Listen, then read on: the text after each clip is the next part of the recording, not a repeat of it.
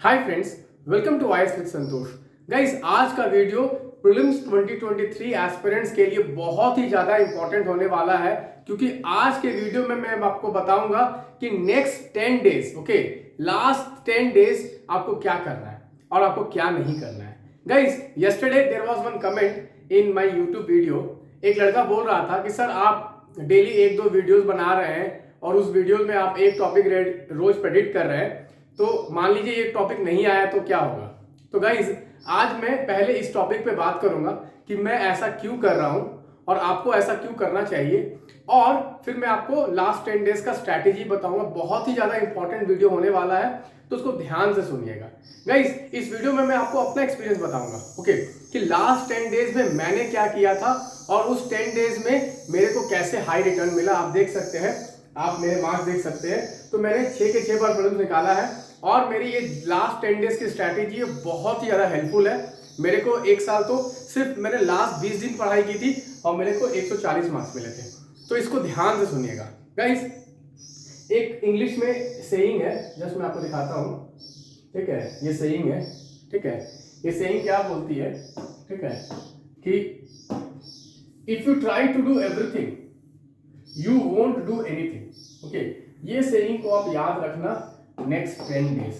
Okay, next 10 days में इसको याद रखना। If you try to do everything you won't do anything. Okay, अब मैं आपको एक चीज दिखाता हूं, ठीक है। ये देखिए, ठीक है, ये देखिए, ये आपका टोटल हिस्ट्री का बुक है। टोटल हिस्ट्री का बुक है, एनसीईआरटी, सिर्फ एनसीईआरटी। ओके, सिर्फ एनसीईआरटी और एक रेफरेंस बुक है यहाँ पे आर्ट एंड कल्चर का, बस। ओके, सिर्फ ये हिस्ट्री का बुक है, इतना, ठीक है। एटलीस्ट 5 kg है, मैं उठाते नहीं बन रहा, मेरे से उठाते नहीं बन रहा। क्या आप इन बुक्स को रिवाइज कर लेंगे नेक्स्ट 10 डेज में? ठीक है, सिर्फ हिस्ट्री का है, ठीक है। या ये देखिए, ये ज्योग्राफी की किताबें है, ठीक है, ज्योग्राफी की किताबें। क्या ये सारी किताबें आप पढ़ लेंगे नेक्स्ट 10 डेज में? गाइस, मैं आपको क्यों इंपॉर्टेंट टॉपिक्स दे रहा हूं? मैं आपको इसलिए दे रहा हूं क्योंकि नेक्स्ट 10 डेज में यदि आप सब पढ़ने लगेंगे तो आप कुछ भी नहीं पढ़ पाएंगे, एक भी सब्जेक्ट नहीं पढ़ पाएंगे। गाइस, आपने लास्ट 3-4 इयर्स का यदि ट्रेंड देखा होगा तो अब यूपीएससी में ऐसा हो गया है प्रीलिम्स में कि आप किसी भी एक सब्जेक्ट को छोड़ नहीं सकते हैं। आर्ट एंड कल्चर को, मेडिएवल को, एंशिएंट को, किसी को नहीं छोड़ सकते हैं। आपको हर कुछ पढ़ के जाना है, तभी आपका प्रीलिम्स निकलेगा। पर आप सब पढ़ने जाएंगे तो आपका कैसे निकलेगा? क्योंकि हिस्ट्री में सिर्फ इतना किताबें हैं। हिस्ट्री में ही पढ़ने जाऊंगा मैं तो उठ नहीं रहा, कम से कम 5-6 kg है, ये उठ नहीं रहा मेरे से ये, ठीक है। तो आप कैसे पढ़ोगे?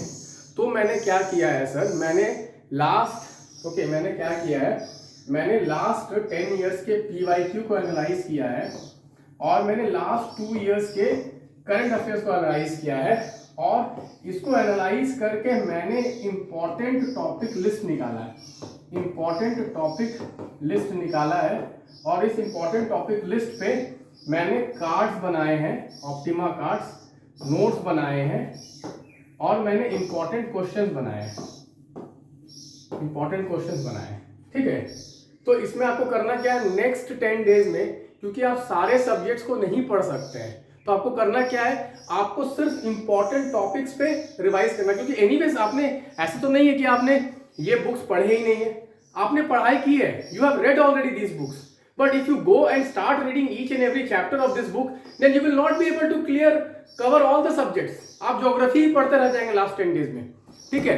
आपका स्ट्रैटेजी क्या होना चाहिए? आपका स्ट्रैटेजी होना चाहिए कि हर दिन मैं एक सब्जेक्ट उठाऊं। ओके, मैं आपको बताता हूं आपका स्ट्रैटेजी क्या होना चाहिए कि हर दिन, ओके, हर दिन आप क्या कीजिए, 10 डेज बचे हैं तो डे 1 10 डेज, ठीक है। 10 डेज की स्ट्रैटेजी क्या होनी चाहिए? 1 दिन, 2 दिन, 3 दिन, 4, 5, 6, हर दिन एक सब्जेक्ट उठाइए, ठीक है। उस सब्जेक्ट के इंपॉर्टेंट टॉपिक्स मैंने दिए हैं, इंपॉर्टेंट टॉपिक्स को कवर कीजिए। कहां से कवर कीजिए? मेरे नोट से, ऑप्टिमा नोट से और मेरे कार्ड से। एक बार उन टॉपिक्स को रिवाइज कर लिया आपने तो इस पे मैंने एक इंपॉर्टेंट सेक्शनल टेस्ट बनाया है। इंपॉर्टेंट सेक्शनल टेस्ट, उस सब्जेक्ट का 100 मोस्ट इंपॉर्टेंट क्वेश्चन, उसको बनाइए और रोज एक एफएलटी दीजिए। एफएलटी मैंने 10 एफएलटी बनाए हैं, रोज एक एफएलटी दीजिए। 10 दिन में आप 10 एफएलटी दीजिए। आपको मैं बता रहा हूं, सेक्शनल और एफएलटी आपने बना लिया हर सब्जेक्ट का एक एक दिन करके, आपको एटलीस्ट मैं बता रहा हूं इजीली 50 क्वेश्चन मिल जाएंगे। गाइस आपको प्रीलिम्स निकालने के लिए 100 के 100 नहीं बनाने। कोई बोल रहा है सर आपके सारे टॉपिक्स आ जाएंगे क्या? ऑब्वियसली सारे नहीं आएंगे यार, मैंने 100 से ज्यादा टॉपिक दिया है और आपको 100 क्वेश्चन बनाने की जरूरत भी नहीं है। गाइस ये देखिए मेरे हाईएस्ट मार्क्स है, ठीक है, मेरे हाईएस्ट मार्क्स है, ये देखिए 140 है यहाँ पे और यहाँ मेरे 150 के आसपास है। इस एग्जाम में भी मैंने 95 ही बनाया था, 95 ही अटेम्प्ट था। यहाँ मेरा 93 ही अटेम्प्ट था, 93 अटेम्प्ट करके मैंने 140 लाया है, 95 अटेम्प्ट करके मैंने 145 लाया है। तो आपको 100 के 100 नहीं बनाने हैं, आपको सिर्फ कट ऑफ निकालना है। कट ऑफ कितना जाएगा आपका? कट ऑफ आपका मैक्सिमम मैं बता रहा हूँ 95 से 100 के बीच में जाएगा, अभी जो ट्रेंड चल रहा है। तो आपको मैक्सिमम 50 क्वेश्चन चाहिए। मैं आपको प्रॉमिस कर रहा हूँ कि 50 क्वेश्चंस आपको इजीली मिलेगा। करना क्या है आपको? करना क्या है? आपको कुछ नहीं करना है। आप जाइए यहाँ पे इंपॉर्टेंट टॉपिक लिस्ट, देखिए इंपॉर्टेंट टॉपिक लिस्ट मैं थोड़ा बड़ा कर देता हूँ कि आपको दिखे। इंपॉर्टेंट टॉपिक लिस्ट हिस्ट्री, देखिए एंशिएंट में मैंने सिर्फ इतना टॉपिक दिया है, मेगालिथ, ठीक है, देखिए आप यहाँ पे मेगालिथ्स दिया है, इंडस वैली सिविलाइजेशन दिया, राखी गढ़ी दिया है, जैनिज्म दिया है, ठीक है, देन संगम दिया है, काशी संगम दिया है, देन फिलोसफी दिया है, साइंस एंड टेक्नोलॉजी दिया है, चरक संहिता दिया है, ठीक है, फिर Ayurveda, maths etcetera etcetera. Similarly मैंने मेडिएवल का इंपॉर्टेंट टॉपिक लिस्ट दिया। आपको सिर्फ वही टॉपिक्स पे फोकस करना है। ऐसे करके आप जाके टॉपिक लिस्ट पूरा देखोगे तो मैंने पूरा टॉपिक लिस्ट दिया है, सिर्फ आपको यही पढ़ना है।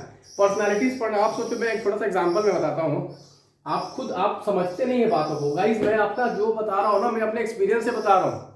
जो आप एग्जाम लिखने जा रहे हो ना, प्रीलिम्स एग्जामिनेशन, उसको मैंने 6 के 6 बार निकाला है और काफी हाई स्कोर से निकाला है। 30-30 नंबर कट ऑफ से मैंने ज्यादा लाया, एक बार नहीं बहुत बार।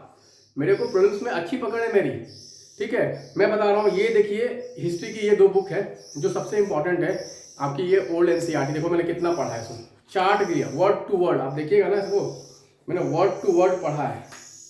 आप देखोगे इसको तो ना, देखिए, ठीक है, ये देखिए। आप क्या अभी ये पढ़ सकते हैं? ये पूरी दोनों बुक पढ़ सकते हैं? 4 क्वेश्चन आता है, सिर्फ 4 क्वेश्चन आता है मॉडर्न इंडिया में। आप जाके देखिए लास्ट ईयर का पेपर या उसके पहले का पेपर देखिए, 4 से 5 क्वेश्चन आता है। 4 से 5 क्वेश्चन के लिए ये दो बुक पूरी पढ़ेंगे आप लास्ट 10 डेज में। गाइस ये सही स्ट्रैटेजी नहीं है, ये सही स्ट्रैटेजी नहीं है। आपको करना क्या, देखिए मैंने एक लिस्ट दिया है आपको, आप यहाँ देखेंगे ना, मैंने मॉडर्न इंडिया का एक लिस्ट दिया है पर्सनैलिटीज का। ये देखिए पर्सनैलिटी का मैंने लिस्ट दिया, इसके बाहर नहीं आएगा। Raja Ram Mohan Roy, Dayanand Saraswati, Annie Besant, Veer Savarkar, Aurobindo, Tipu Sultan, Periyar, leaders related to Vaikunth Satyagraha, C Narayana Guru, Shri Sen शवारा, Chidambaram Pillai, Subhash Chandra Bose, Guru Tegh Bahadur, Alluri Sitaraman, Bhagat Singh, okay, tribal leaders, you can see Raja Rabindranath Tagore, tribal leaders, all the tribal leaders, okay. Similarly women freedom fighters, okay, यहाँ विमेन फ्रीडम फाइटर्स बहुत इंपॉर्टेंट है। आप देखिए यहाँ पे, यहाँ मैंने दिया है, देखो आप, ठीक है, women heroes of Indian freedom struggle, okay, women revolutionaries, okay, Alipur conspiracy, Surya Sen, okay. तो मैंने सारे इंपॉर्टेंट टॉपिक्स को मैंने यहाँ दे दिया है और मैंने सिर्फ ये टॉपिक्स नहीं दिए। देखिए आप इसमें मैंने आपको एक कार्ड बनाया है, हर इंपॉर्टेंट पर्सनालिटी में मैंने एक कार्ड बना दिया। देखो आप, स्वामी दयानंद, ठीक है, इला भट्ट, एनी बेसेंट, ठीक है, रविन्द्रनाथ टैगोर, ओके, वीर सावरकर, नेताजी, ओके, पेरियार, औरबिंदो घोष बहुत इंपॉर्टेंट है, तारा भगत बहुत इंपॉर्टेंट है, बिरसा मुंडा बहुत इंपॉर्टेंट है, अल्लूरी सीताराम राजू बहुत इंपॉर्टेंट है, लॉर्ड कर्जन बहुत इंपॉर्टेंट है इस साल, राजा राममोहन राय बहुत इंपॉर्टेंट है। मैंने सब पे एक कार्ड बना दिया आपको बस एक ग्लांस देना, आपका तैयार हो जाएगा। यहाँ अभी आप कहाँ से खोजने जाओगे, कहाँ खोजोगे उन इंपॉर्टेंट टॉपिक्स को? गाइस आप ये पूरा पढ़ने जाओगे, आपका लास्ट 10 डेज बर्बाद हो जाएगा, ठीक है। ऐसे ऐसे मैंने सिमिलरली प्लेसेस इन न्यूज में देखिए आप, ठीक है, आईआर का जितने भी इंपॉर्टेंट प्लेसेस इन न्यूज है सब में मैंने एक कार्ड बना दिया। देखो आप यहाँ थोड़ा बड़ा कर देता हूँ तब आपको दिखेगा। ये देखिए, हॉर्न ऑफ अफ्रीका, ब्लैक सी, ठीक है, नॉर्थ स्ट्रीम पाइपलाइन, ठीक है, सारे पे मैंने कार्ड बना दिया आपको रिवीजन करने के लिए, क्विक रिवीजन करने के लिए। गाइस आपको मैं बता रहा हूँ, आप यदि इस चक्कर में फंस गए, ठीक है, क्या कौन सा चक्कर है आपका, आपको मैं दिखा रहा हूँ, इस चक्कर में आप फंस गए तो मैं बता रहा हूँ आपका लास्ट 10 डेज सही से यूज नहीं होगा। Don't try to cover everything, आप ट्राई मत कीजिए सारा कवर करने का, आप ट्राई करोगे सारा कवर करने का, क्या होगा, आप एक दो सब्जेक्ट ही कवर कर पाओगे, एक दो सब्जेक्ट ही कर पाओगे, आपका सारा रिवीजन नहीं होगा। और बिना सारा सब्जेक्ट रिवाइज किए आपका यूपीएससी का प्रीलिम्स नहीं निकलने वाला। मैं आपको लिख के दे रहा हूँ, आपने कितना भी सारा साल पूरा मेहनत किया होगा, बट लास्ट 10 डेज में आप सारे सब्जेक्ट को रिवाइज नहीं करोगे, बहुत सारे क्वेश्चन आपके छूट जाएंगे। क्योंकि ये देखो, ये फॉर्मूला बेस्ड एग्जाम नहीं है कि A+B=C, समझ गया मैं तो एग्जाम में लिख दूंगा, नहीं, ये बहुत ही ज्यादा यहाँ पे फैक्चुअल चीजें हैं, आप उसको रिवाइज नहीं करोगे। देखिए फॉर एग्जांपल, रेड सी के बॉर्डरिंग कंट्रीज, ब्लैक सी के बॉर्डरिंग कंट्रीज, काफी कंफ्यूजिंग है। कोई नहीं बोल सकता कि मेरे को हर चीज याद रहेगा। मैं अभी कभी मेरे से पूछ दो तो मैं बता दूंगा रेड सी के बॉर्डरिंग कंट्रीज क्या क्या है, ब्लैक सी के बॉर्डरिंग कंट्रीज क्या क्या है, आसान नहीं है। या ब्लैक सी में कौन कौन से रिवर्स आते हैं, ये आप रिवाइज नहीं करोगे, आपके नहीं बनेंगे एग्जाम में क्वेश्चन। और रिवाइज कैसे कर पाओगे, यदि आप हर कुछ रिवाइज करोगे, हर मैप पॉइंट रिवाइज करोगे, हर पर्सनालिटी पढ़ोगे लास्ट में, तो आप कर पाओगे? कभी नहीं कर पाओगे। ये रॉन्ग स्ट्रेटेजी है। मैं नहीं बोल रहा हूं कि जितने भी टॉपिक्स मैं दे रहा हूं सारे के सारे आ जाएंगे, सारे के सारे आ जाएंगे। 100 ही क्वेश्चन आएगा ना एग्जाम में, 100 ही तो क्वेश्चन आएगा, 300-400 क्वेश्चन तो नहीं आएगा। मेरा कहने का मतलब है कि मैंने सारे इंपॉर्टेंट टॉपिक्स दे दिए हैं, उस इंपॉर्टेंट टॉपिक्स पे मैंने ऑप्टिमा कार्ड्स बना दिए हैं, ऑप्टिमा नोट्स बना दिए हैं, और सब पे मैंने एक क्वेश्चन ही बना दिया है। ये क्वेश्चन मैंने सेक्शनल टेस्ट और फुल लेंथ टेस्ट में कवर भी कर दिया है। तो नेक्स्ट 10 डेज में यदि आप ये करोगे, इस पे फोकस करोगे, अपना फोकस को नैरो करोगे, तो क्या होगा गाइस, आपका फोकस नैरो जितना आप करोगे इन टॉपिक्स पे, तो आपके चांसेस ज्यादा हैं, क्योंकि आप क्वेश्चन तो आएगा इधर से ही घुमा फिरा के आएगा, 50-60 क्वेश्चन जो मैंने टॉपिक लिस्ट दिया है, तो आपके एग्जाम में सॉल्व करने के चांसेस बढ़ जाएंगे। और यदि आप सारा कुछ कवर करने के लिए पीछे चल गए तो ऑब्वियसली आप आधा ही कवर कर पाओगे। ओके, ये आप हाफ कवर कर पाए। मैंने इसको क्या किया है, इतने बड़े पाई को मैंने क्या छोटा कर दिया है। इसको कवर करना इजी है। इंपॉर्टेंट टॉपिक्स हर सब्जेक्ट का मैंने दे दिया है, हर सब्जेक्ट का मैंने इंपॉर्टेंट टॉपिक्स दे दिया है, हर सब्जेक्ट का इंपॉर्टेंट ऑप्टिमा कार्ड्स दे दिया। यहाँ लोग मेरे को बोल रहे हैं कि सर आपका जो ऑप्टिमा कार्ड्स है ना, मैं एक घंटे में पूरे सब्जेक्ट रिवाइज कर ले रहा हूँ, एक घंटे में पूरे सब्जेक्ट। आप क्या 1 घंटे में पूरा हिस्ट्री रिवाइज कर सकते हैं? ये देखिए, मैं फिर से दिखाता हूँ आपको, सर आपको, ये आपकी पूरी हिस्ट्री की बुक है, ये आप रिवाइज कर सकते हैं 1 घंटे में। पॉसिबल है क्या 1 घंटे में रिवाइज करना? मेरे लिए तो पॉसिबल नहीं है, आपके लिए पॉसिबल है तो आप ये करो, मैं रोक नहीं रहा हूं। आप ये पूरी बुक पढ़ सकते हो, ये पूरे 10-12 बुक पढ़ सकते हो नेक्स्ट 10 डेज में, और आप हर सब्जेक्ट की बुक्स पढ़ सकते हो, तो आप पढ़िए, मैं आपको रोक नहीं रहा हूं। मैं सिर्फ उन स्टूडेंट्स को हेल्प करना चाह रहा हूं जो नेक्स्ट 10 डेज में अपना एफर्ट ऑप्टिमाइज करना चाहते हैं, जो अपना स्कोर बढ़ाना चाहते हैं, लेस एफर्ट करके, स्मार्ट वर्क करके। गाइस, मेरे ऑप्शन एलिमिनेशन टेक्निक्स, मेरे इंपॉर्टेंट टॉपिक्स, मेरे इंपॉर्टेंट कार्ड्स, मेरे इंपॉर्टेंट क्वेश्चंस को आप यूज करोगे, लास्ट 10 डेज में आपका मार्क्स 20-25 नंबर से जंप करेगा, शूटअप करेगा। मैंने खुद इंक्रीज किया है। मैं आपको अपनी स्टोरी बताता हूं। लास्ट 10 डेज में गाइस, इस वाले पेपर में ना, 2017 का पेपर है, 139 आया है। आप देखो यहाँ पे स्कोर कार्ड, मैंने सिर्फ 20 दिन तैयारी की थी। कैसे 20 दिन में मैंने 140 नंबर ले आया? क्योंकि मैंने सिर्फ इंपॉर्टेंट टॉपिक्स को एनालाइज किया, लिस्ट बनाया, बस उसी को मैंने रिवाइज किया। ऑब्वियसली मेरे ये सब बुक्स पढ़े हुए थे। मैं ये नहीं बोल रहा हूँ कि यदि आपने कुछ नहीं पढ़ा है तो सिर्फ मेरा इंपॉर्टेंट टॉपिक्स पढ़ लो। गाइस, ऑब्वियसली आपने कुछ नहीं पढ़ा है, सिर्फ इंपॉर्टेंट टॉपिक्स भी पढ़ने जाओगे आप, वो भी कवर नहीं होगा आपसे। पर यदि आपने पूरे सिलेबस आपकी कवर्ड है, तो आप इन important topics, important cards, important questions को आप बनाएंगे, तो आपका मार्क्स 10-20 नंबर से जंप करेगा, शूटअप करेगा। यदि आप 80 में हो तो 90 क्रॉस कर जाएगा। यदि आप ऑलरेडी 90-100 ला रहे हो तो 120 क्रॉस कर जाएगा, और आपका फॉरेस्ट्री का भी कट ऑफ निकल जाएगा। और यदि आप 60-70 में हो तो एटलीस्ट एक होप मिलेगा कि हाँ, मेरा प्लस निकल जाएगा। क्योंकि बहुत सारे लोग तो मैं जान रहा हूँ 60-70 मॉक टेस्ट में ला रहे हैं, उनका होप खत्म हो चुका अंदर से, मेरा तो इस बार प्रीलिम्स नहीं होगा। यदि उनको होप चाहिए कि अभी भी मैं प्रीलिम्स निकाल सकता हूं, आप मेरा important topics, important card, important question को ट्राई कीजिए, डेफिनेटली आपको एक होप मिलेगा। नहीं, मेरा अभी भी प्रीलिम्स निकल सकता है नेक्स्ट 10 डेज में भी, मैंने खुद निकाला है नेक्स्ट 10 डेज में गाइस। तो इसलिए मैं बता रहा हूं कि मेरा एक ही रिप्लाई है कि आप यदि हर कुछ पढ़ने जाओगे लास्ट 10 डेज में, आपका क्या होगा रिजल्ट? आप कुछ नहीं पढ़ पाओगे। कुछ नहीं पढ़ पाओगा मतलब क्या है? आपका प्रीलिम्स नहीं निकलेगा, क्योंकि आप 2-3 सब्जेक्ट छोड़ दोगे, उसको कवर नहीं करोगे। बेटर क्या है, हर सब्जेक्ट पे कुछ इंपॉर्टेंट टॉपिक्स मैंने दिए हैं आपको, उसको रिवाइज करो। That is the most efficient way, smart way to prepare for the prelims. Guys तो ये मेरा आपसे एक रिक्वेस्ट है कि ये मेरी अपनी स्ट्रैटेजी है, जो भी ये स्ट्रैटेजी फॉलो करना चाहता है वो फॉलो करे और मैं ऐसे ही आपको हेल्प करता रहूंगा। ओके, नेक्स्ट आपको 10 डेज में इंपॉर्टेंट टॉपिक्स को, आप मेरा ये टेलीग्राम चैनल है आस्क संतोष और ऑप्टिमाइज आईएएस, मेरा एक नंबर भी मैं दे दूंगा, आप मेरे को कांटेक्ट कर सकते हो, मैं आपको प्रीलिम्स में हेल्प करूंगा सर। बहुत सारे स्टूडेंट्स ओके क्या बोलते हैं कि आपको कैसे पता है क्या आएगा क्या नहीं आएगा। गाइस मेरे को अपने एक्सपीरियंस से पता है, एक्सपीरियंस नाम की कोई चीज होती है कि नहीं।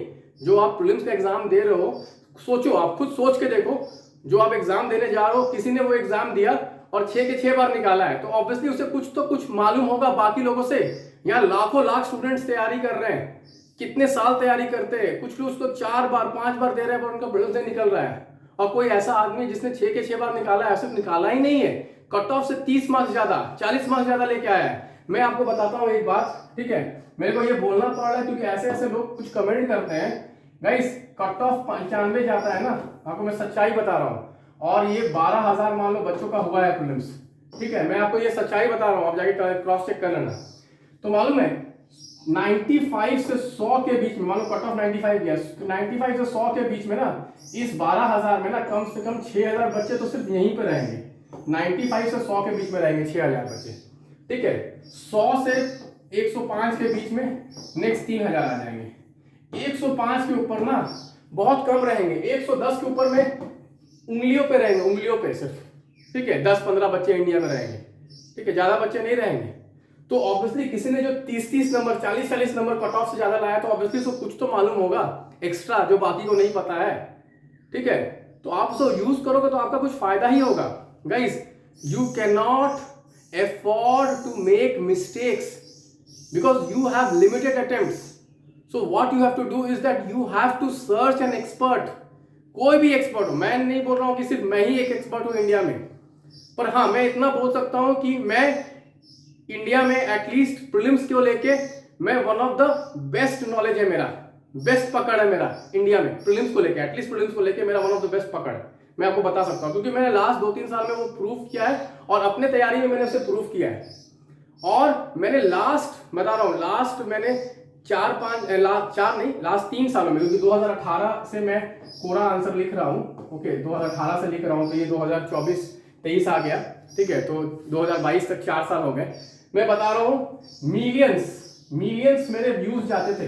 मैं पहला इंडिया में आदमी था जिसने ऑप्शनल एलिमिनेशन पे डिटेल्ड आंसर्स लिखे थे, कैसे ऑप्शन एलिमिनेट करते हैं, आप जाके चेक कीजिए मेरे पूरा आंसर्स, मिलियंस ऑफ व्यूज है उसमें।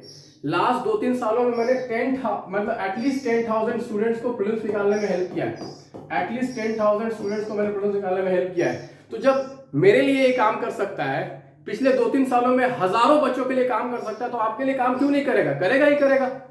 Guys something which is proven, okay it has worked for me, it has worked for thousands of aspirants. मेरे पास ऐसे ऐसे बच्चे आए हैं जो 5-5 साल से प्रीलिम्स लिख रहे थे, उनका प्रीलिम्स नहीं निकल रहा था, हर जगह उसने हर टेस्ट लगा दिया, हर कुछ कर दिया, नहीं निकल रहा था, बस उसने मेरा स्ट्रैटेजी फॉलो किया, उसका प्रीलिम्स निकल गया, उसने मेंस लिख दिया उस साल। मैं आपको सच्चाई बता रहा हूं, आप जाके देखिए, फीडबैक देखिए, ठीक है। तो गाइस आप इस स्ट्रैटेजी को फॉलो करें नेक्स्ट 10 डेज में, क्योंकि कोई ऑप्शन और नहीं है। क्या ऑप्शन है आपको मैं दिखा रहा हूं, ये ऑप्शन है, इसको पढ़ लो पढ़ लो, इसको पूरी बुक पढ़ लो, पढ़ सकते हो आप, नहीं पढ़ सकते इसको पढ़ लो, ये ऑप्शन है, ये पढ़ सकते हो आप, नहीं पढ़ सकते हो यार, उठा नहीं पा रहा हूं मैं, ठीक है, अच्छे खासी मेरी बॉडी है, आप देख सकते हैं, ठीक है, ये उठ नहीं रहा है मेरे से, आप पढ़ोगे कैसे यार, ठीक है।